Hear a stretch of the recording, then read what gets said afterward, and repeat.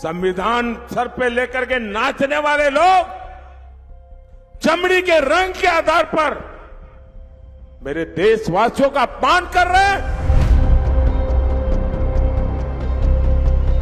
मैं बिल्कुल सहमत नहीं हूं कि मिस्टर सैम पित्रोदा ने जो भी बकवास की है नमस्कार, मेरा नाम है कपिल और आप देख रहे हैं India.com।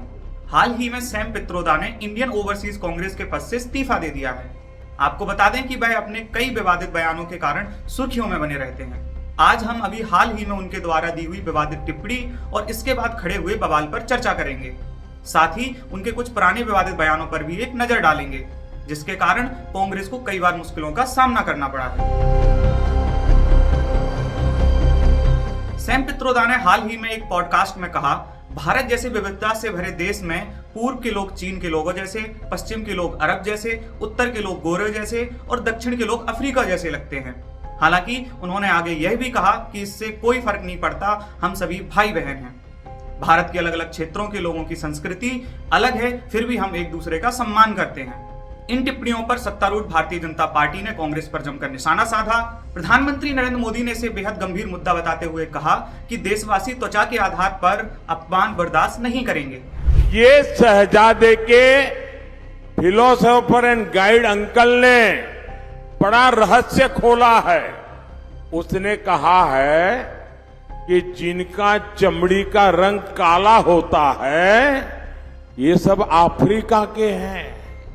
शहजादे, आपको जवाब देना पड़ेगा।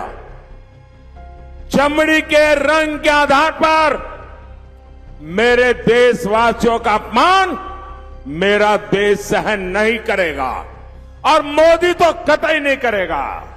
पित्रोदा की टिप्पणी से खुद को अलग करते हुए कांग्रेस महासचिव जयराम रमेश ने एक्स पर लिखा, सैम पित्रोदा द्वारा भारत की विविधताओं को जो उपमाएं दी गई हैं वह अत्यंत गलत और अस्वीकार्य हैं। भारतीय राष्ट्रीय कांग्रेस इन उपमाओं से अपने आप को पूर्ण रूप से अलग करती है।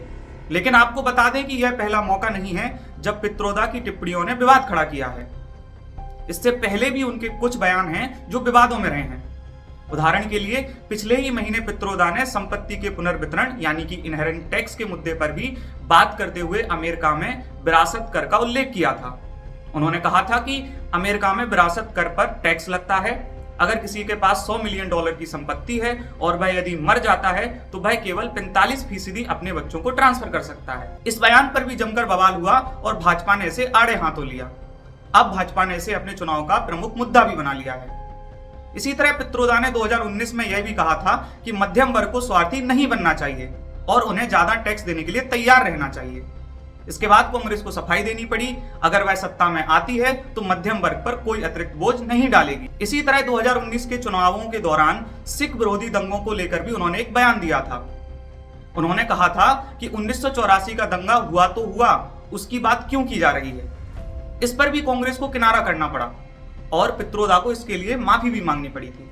इसके अलावा पुलवामा आतंकी हमले के बाद भारत द्वारा की गई बालाकोट एयर स्ट्राइक पर भी पित्रोदा ने कई सवाल खड़े किए थे।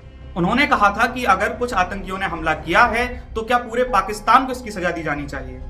उनके इस बयान पर भी काफी बवाल हुआ था। साथ ही राम मंदिर निर्माण पर भी पित्रोदा ने कहा था कि मंदिर बनने से लोगों को रोजगार नहीं मिलेगा, बेरोजगारी और महंगाई जैसी समस्याओं पर बात होनी चाहिए। इस पर भी बीजेपी ने कांग्रेस पर हमला बोला और राम जन्मभूमि से ईर्ष्या करने का आरोप लगाया। इन सब बयानों से स्पष्ट है कि सैम पित्रोदा अपने बयानों को लेकर विवादों में रहते आए हैं। हालांकि कांग्रेस ने कई मौकों पर उनसे किनारा किया है, लेकिन इन घटनाओं ने पार्टी को भी काफी नुकसान पहुंचाया है। क्या इस तरह के बयान कांग्रेस को लोकसभा चुनाव में कुछ नुकसान करेंगे, ये तो चुनाव परिणाम ही बताएगा। ऐसी खबरों के लिए देखते रहिए India.com।